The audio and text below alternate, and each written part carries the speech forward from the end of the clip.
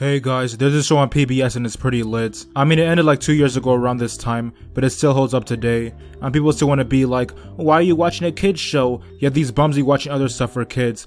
Oh, but it was lit because it was here when I was a kid, with their lame asses. Anyway, the show's about two twins, and the crowd from the show about the brick being their uncle. Also, there's a star and a girl that the boy twin has a hard-on for. The boy is like an adventurer with a journal, and has pretty much the most common sense out of the main cast, so you know he's chill. But the girl is a lame, like she's always saying some nonsense and being annoying, putting her needs above everyone else's like she's an op. And the uncle owns a shop where he scams niggas with a bunch of fake-ass merchandise. I mean, that's okay because all the people in the town are dumb and worthless anyway, so they deserve to get robbed. There's a fat man that has a boner for the uncle. I don't know how I feel about him. I mean, sometimes he's cool and everything, but he's dumb as hell too and he be getting in the way, so he's on thin ice. And the girl employee also has common sense and is chill, so I would call her the best, but she loses points because all her friends are dweebs and are even worse than anyone I've mentioned so far. And her friends really be getting on my nerves, especially that lame ass vampire that was her ex or something. This pale dork really felt the need to wage war with our main hero over a girl like get a grip. Also, the twin girl has some lame ass friends too. Never mind, they're even worse than the employee's friends. Like, these two really deserve the shells. Not so much the Asian, but more so the fat ass lame. Like, she really be pissing me off every time I see her. And to make matters worse, she sounds like a grown ass man. Maybe because she is a grown ass man. But yeah, the girl's main op is like the richest girl in town because her family are a bunch of frauds. Towards the end, she sees the lights and becomes useful, so I'll give her a pass, but she's still an op. Then there's this annoying ass old man who's always doing something to make the journey harder. Like, this guy really used to piss me off, shouting out the dumbest nonsense. But it turns out that he actually used to be a scientist or something, and his nonsense isn't actually his fault. So after that, I low-key stopped hating him. Then there's some fat ass time cop that be getting on the main niggas ass for time traveling, because their girl wanted a pig, but then they ruin his life, so he challenges them to some gladiator trash, and he still ends up taking an L. But luckily for him, the heroes in these shows tend to be merciful, so they manage to get him back to his old position. But if he's so trash at his job that he can't even stop them, then does he even deserve his job? Like, of course the future's gonna be trash if he's the one patrolling time. Also, in the time cop is future, there's some baby that rules the world, but he's actually just a lame. Then there's some weird ass biker that acts and is treated like a child, despite clearly being a grown ass man. The sickos in the town were off the Xan so hard, they even elect him as mayor for some reason. Then there's some one-eyed hoe that's a general nuisance. Like, she sucks for much of the same reasons that the fat girl sucks, except she's clearly a female. Then there's this dork ass news reporter that's always screwing over the main characters, and generally stalling progress wherever he can. And then there's 12, and what do you know, they're actually the two worst characters in the show. Like, these guys are really trash, and it's not even because they're gay, like they're just total assholes. Every time someone needs their help, they always show some bias against the main niggas and their uncle. Meanwhile, they want to bend over backwards to serve the ops. If anyone deserved to be on a blunt in this show, then it was these two, because they really be off one. They're worse than the employees' friends, they're worse than the girls' friends, and they're even worse than the main ops. As a matter of fact, they might as well be the main ops. Especially the Negro one, like he really be getting on my nerves. The other one's just a dumbass that follows his lead, so while he should become a pack, I'ma place more blame on his superior. But yeah, these guys are the trashiest characters, and I know some of you watching might think I'm forgetting a couple of people, but don't worry because I'm about to go over the episodes that explain who the main ops are actually supposed to be. So the first episode I watched starts out with the guys in the crib watching TV, and then there's some plantation owners saying he can see the future. Since he's a scheme too, he's like the uncle's arch enemy. As mentioned before, the boy is a real one, so he gets the fat guy and the girl, and they pull up on the fraud, but he gets a boner for the girl and they leave it at that. But then this fraud nigga turns the tables and pulls up on them, and tries to get in with the girl, so he starts doing some weirdo stuff and, you know, generally making the girl and the viewer uncomfortable. Yes, she agrees to only mess with him on one occasion, but since the fraud is a bum, he resorts to putting her on blast in case she want to walk away, so she starts feeling guilty or something and doesn't want to go. Meanwhile, the scheme ass uncle starts buddying up with the ops, and decides to give his own niece away to the fraud in exchange for a check, so the girl asks the boys to fix her problems, because once again he a real nigga and she ain't one. So the boy pulls up on the fraud and tells him to piss off, so the fraud want to act all compliant and creepy on camera, but then as soon as the boy leaves, he decides to call the fake ass bum ass reporter and set a nigga up. And the worst thing is he didn't even do it for a check, he just wanted another reporter's numbers. Like, she ain't messing with bum niggas, so how's having her number gonna do anything? Now this boy might get put in the dirt just so you can get curved over a phone. But anyway, the boy shows up at the spot and almost gets put on his shirt by the fraud, but the girl shows up and finesses the amulet he was using to make moves, but instead of just accepting his L and moving on, he decides to make his dad cancel all the moves with the kid's uncle, so now his family are all ops for life. Also, it turns out that he has a journal too. But anyway, the next episode is about the fraud really trying to play games with the main niggas. So the fraud boy is back at it again trying to finesse the deed to the house, so they run up on his ass and chase him off the block, so you know the conflict has already been resolved. So to celebrate their W, the guys start watching movies, but then this hard ass uncle starts making the boy do all kinds of work he ain't trying to do, so of course he feels some type of way about it.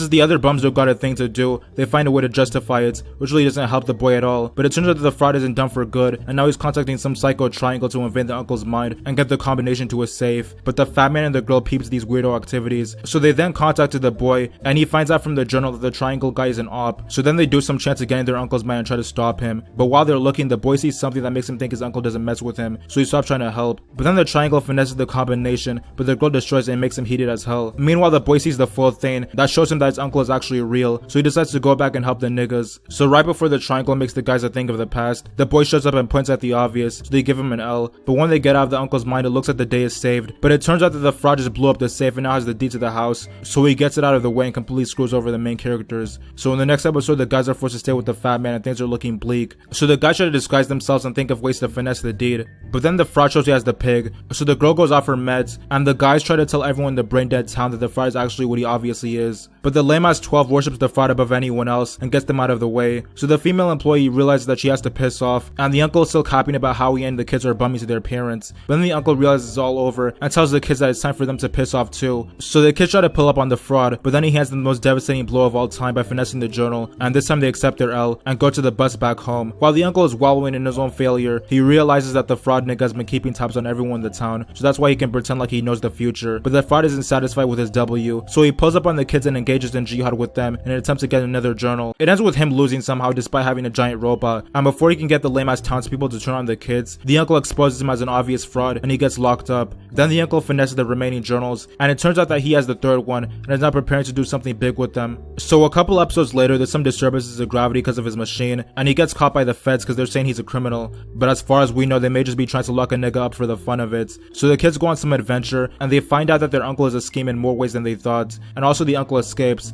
And when they make it back to the machine, it turns out that he was actually trying to get someone from another dimension. And it turns out that this someone is actually his own twin, who was the author of the journals. So the next episode basically explains that the uncle we've been following is a bum that screwed over his twin and stole his identity, and he's been trying to get him back, while the twin is a real nigga genius mind of a generation that's been trapped in another dimension for years. That's cool, but I really want to know why their parents gave these niggas the same name, like what the hell? But anyway, the author is the main part of the story, and he's like an adult version of the boy, so you know he's chill too. So by this time everything seems lit and stuff, but they still gotta watch out for the triangle because he wants to enter their world. Anyway, fast forward another couple episodes, and the kids notice that it's almost their birthday and they start making moves. They decide to get lit at the house, but the uncle refuses, so they gotta sell it for the school instead. Then the author pulls the boy aside to go on an adventure because there's some rift in dimensions or something. Meanwhile, the girl sees the employee and she wants to kill herself because she has to go back to school. Then the girl gets in her feelings because she thought high school was gonna be lit or something, but why would she think that? Like, did she not go to middle school? School is just trash no matter how old you get. Also, some stuff happens in the plot that actually matters, like they find that aliens came to town and they go through all kinds of stuff. Then their girl's lame ass bum ass friends give the good news that they're pissing off for her birthday, so now the girl wants to jump.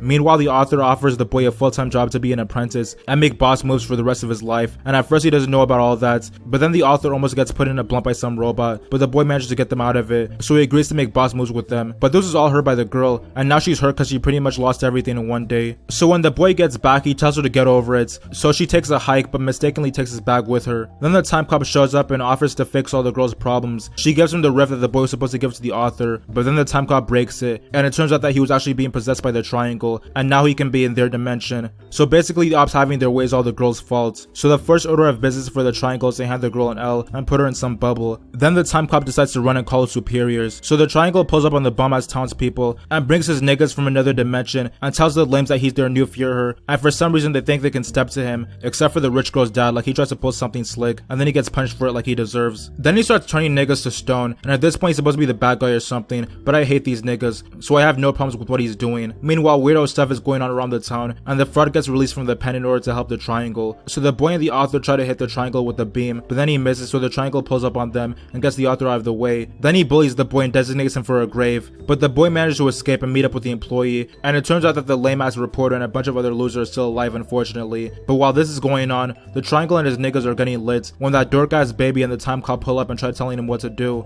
Thankfully, the triangle puts the baby and his men on a shirt, but sadly the fat ass time cop managed to escape. So the boy and the employee try to finesse a whip, but that fraud kid's still trying to step and delay the progress. So there's some fight scene and they find the fat man and convince the fraud to give up his op ways and join the real ones, which he does for some reason. So now they decide to make their move to retrieve the girl, but meanwhile the triangle is trying to take his weird stuff worldwide and really start making boss moves, but he can't because there's some sort of force field field around him.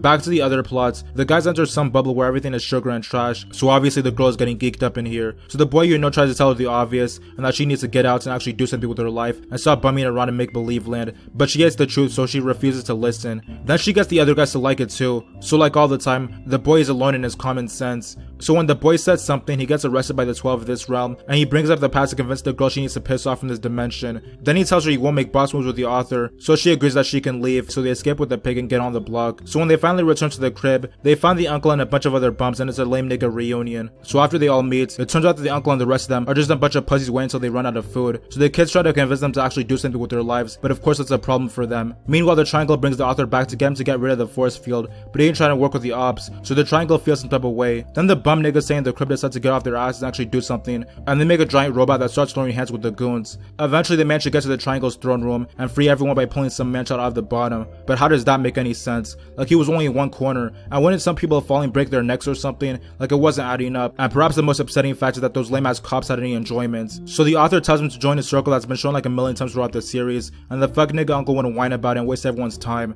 Then before they can even use the circle, the uncle tries to throw hands, and then the triangle pulls up and starts really handing out L's. He gets all the nobodies out of the way quick, and then some stuff goes down and he traps the old man while he chases the kids. So he catches them and prepares to make them past tense, until the author offers to let him in his mind in order to figure out how to stop the force field. So the triangle takes the deal, but it turns out that it was actually the uncle, and they wipe his memory so the triangle gets put on his shirts. So at first it looks like a sacrifice was made, but not really, because he gets his memory back kinda quick, so it's whatever. So everyone goes their separate ways, and the series ends on a good note. A satisfying end to a satisfying show. As I said before, the show is lit as hell. I mean, it's not really as laugh out loud funny as normal series, but the plot is better. Like, it's actually really interesting and cool. This is honestly the best show PBS ever aired, and what's better is that it didn't drag on for longer than it had to and overstay its welcome. So I recommend you go see it if you haven't. Let me know which characters you like and which ones you wish died the most in the comments section. And yeah, this show is hard. Okay guys, make sure that when you subscribe you hit the notification button, because that lets you know whenever I make a new video. And as always, thanks for watching.